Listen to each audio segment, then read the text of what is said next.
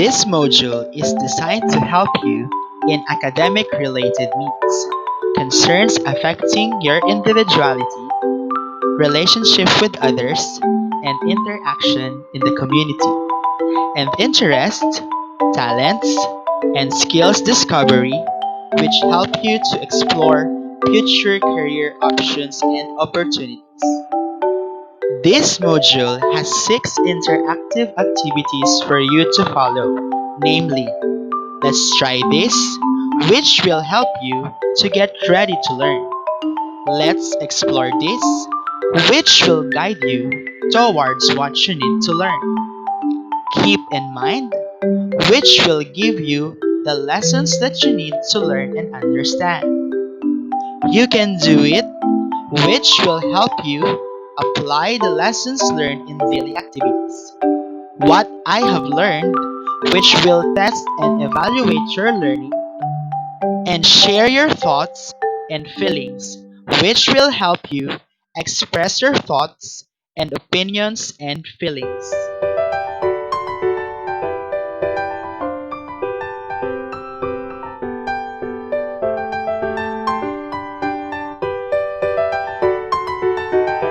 Hey guys, today's video is about building good study habits.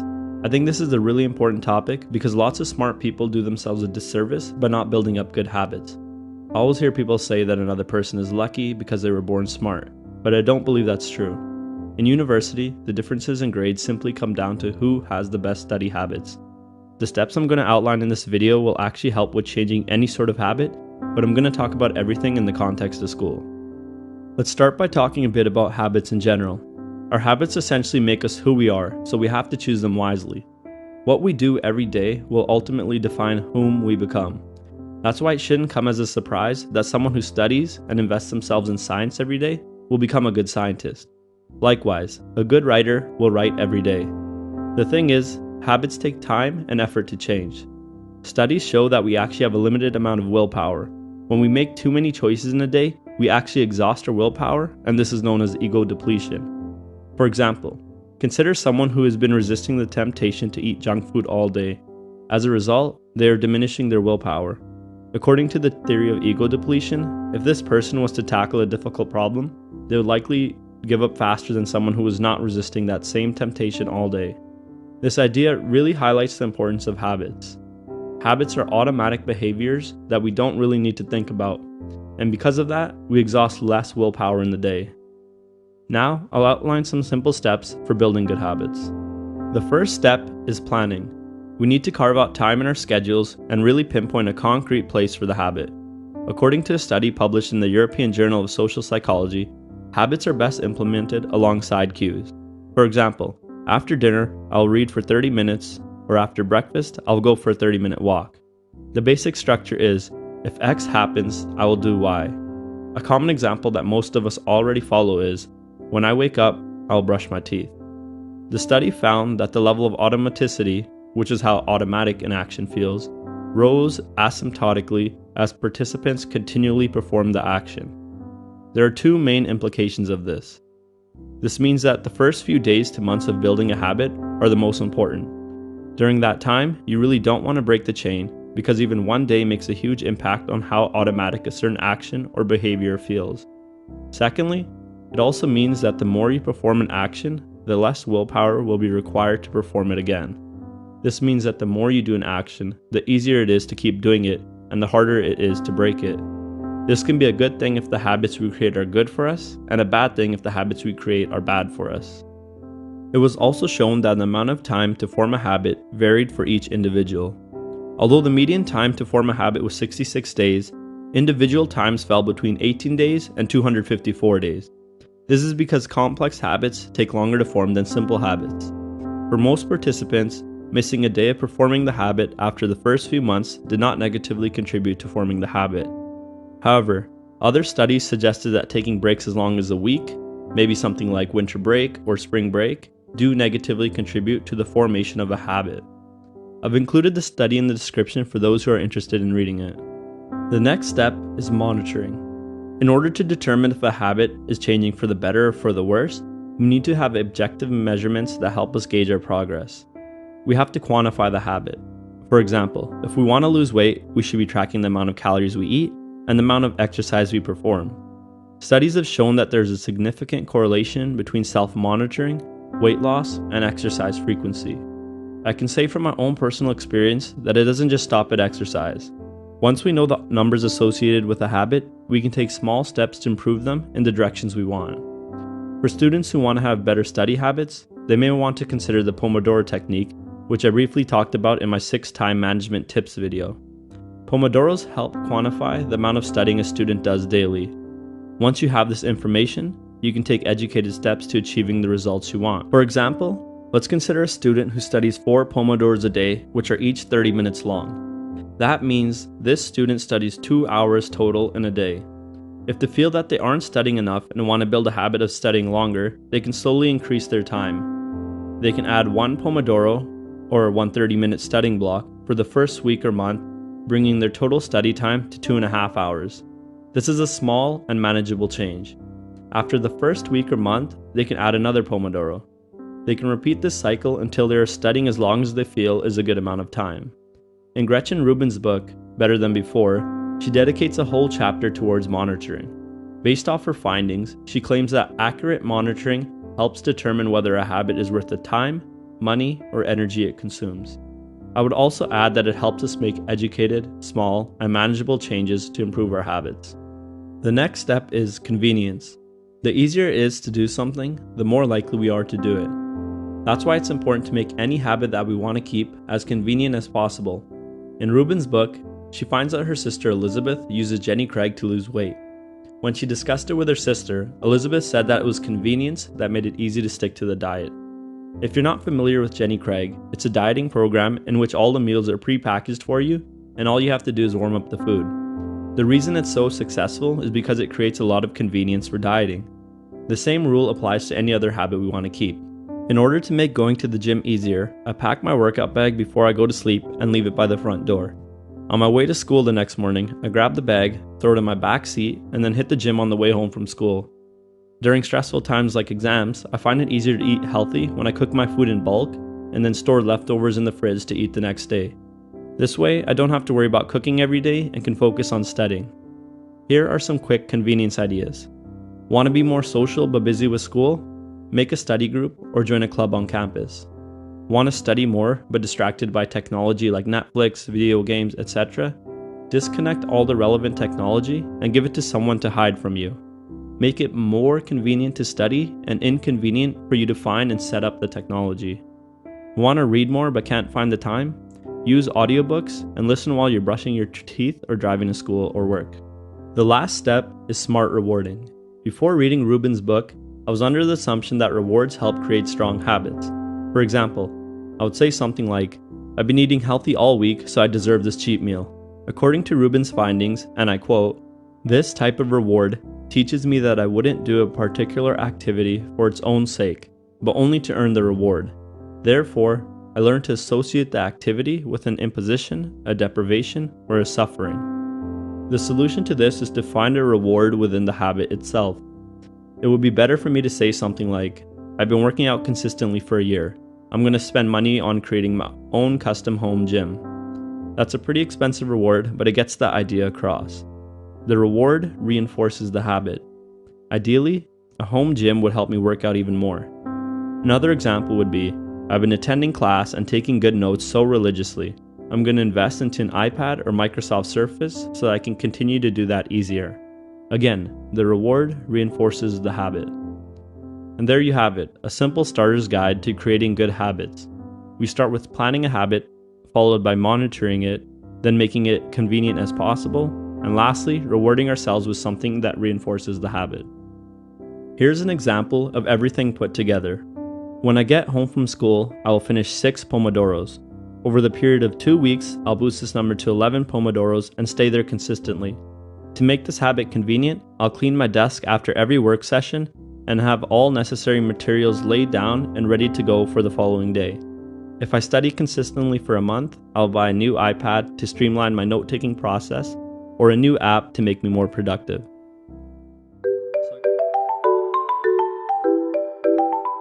Studying my study habits and techniques. Disclaimer lang, hindi ako ganun katalino. Saktong estudyante lang ako na nag-aaral ng mabuti. I-share ko lang to sa inyo para naman may matulungan din ako if magiging helpful yung mga sasabihin ko. So sana maging helpful talaga.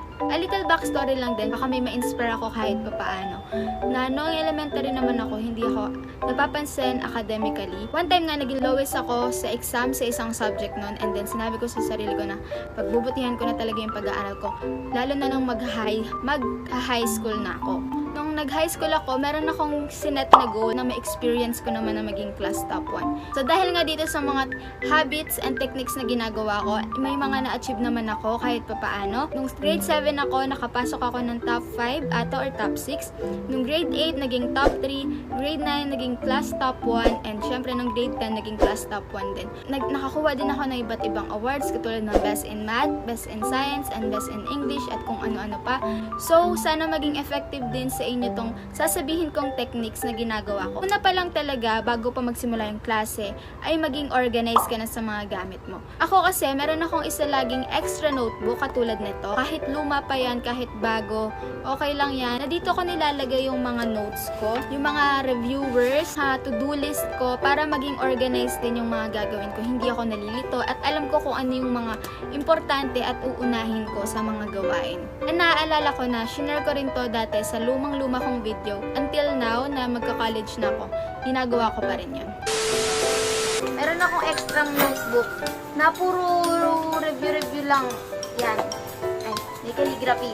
Pero may extra notebook talaga ako na dito ko nilalagay yung, dito ako nag-take down notes ng kung ano-ano na nalalaman ko ng mga bagay-bagay. Second is mag-advance reading or mag-advance study. Yes, alam kong nakakatamad dahil tinatamad din naman ako sa pagdating sa ganyan. Sobrang laking tulong talaga na magbasa-basa ka, lalo na sa mga subjects na hindi ka masyadong familiar. Basta magkaroon ka lang ng idea about dun sa subject na unfamiliar ka. Kapag dumating na yung araw ng klase, hindi na kayo mahihirapan or hindi na kayo mangangapa sa mga sinasabi ng prof or teacher nyo. Also, kapag nagtanong sila and may recitation, pwede kayong makasagot agad. Pangatlo ay mag-take down notes ka or mag-side notes ka. So, iba pa to sa mismong kokopyahin nyo sa PowerPoint or sa whiteboard or yung mismong sinandang PDF ng prof or teacher nyo. Iba pa yon. So, yung sinasabi kong take down notes is kung ano lang talaga yung pagkaka-explain and yung pagkakaintindi ko sa particular topic, yun yung nilalagay ko. Sobrang malaking tulong yun kasi mas nare-retain sa utak mo kung ano nga ba talaga yung ibig sabihin ng particular topic or particular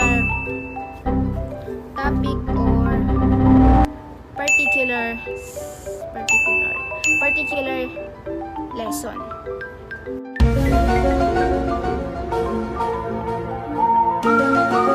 Pang-apat naman ay gumawa ka ng reviewer every magka-quiz kayo.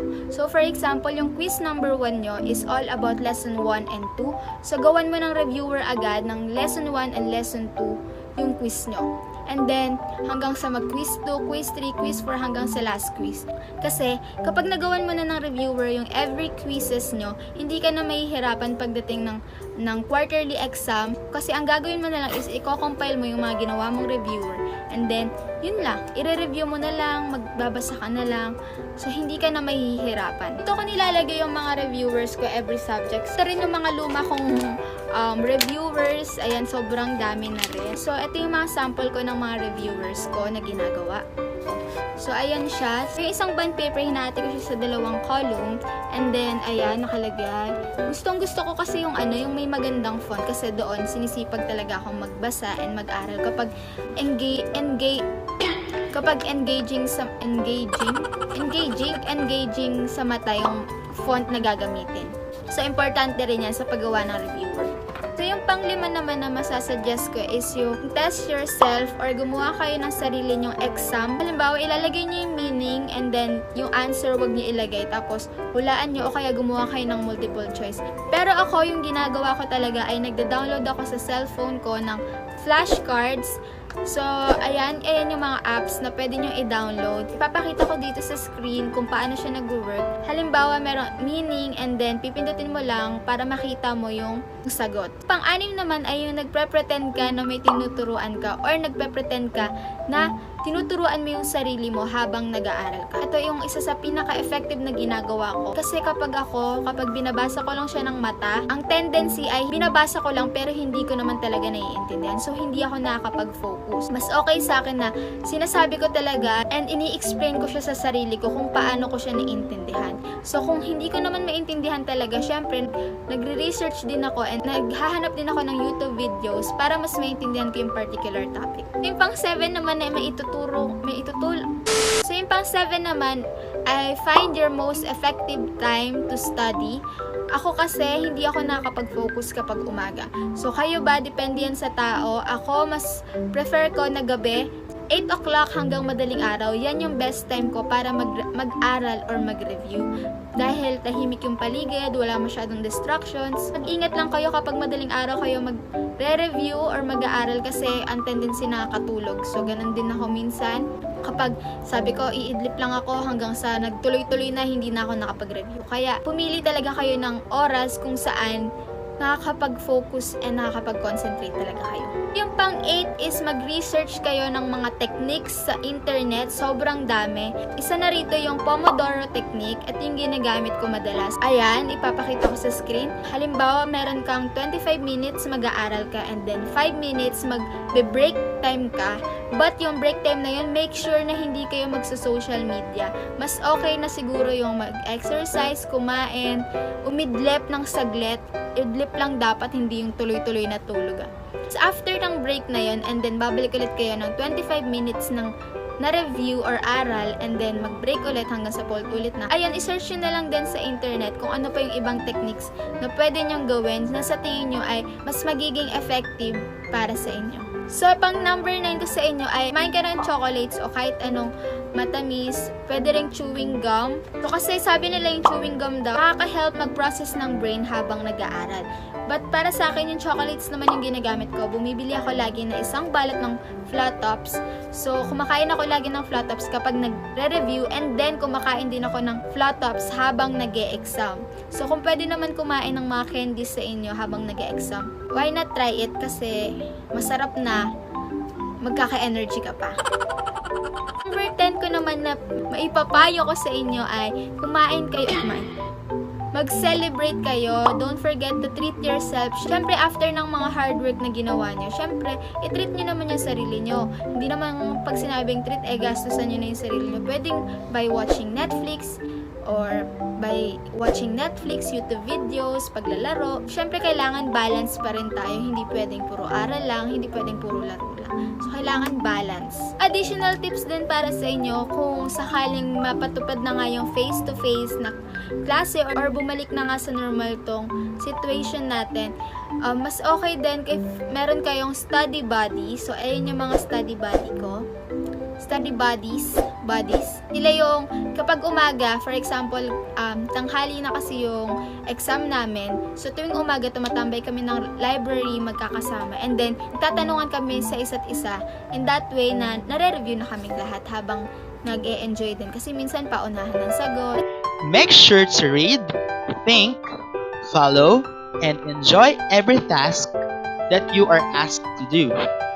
Have fun, stay safe, and healthy.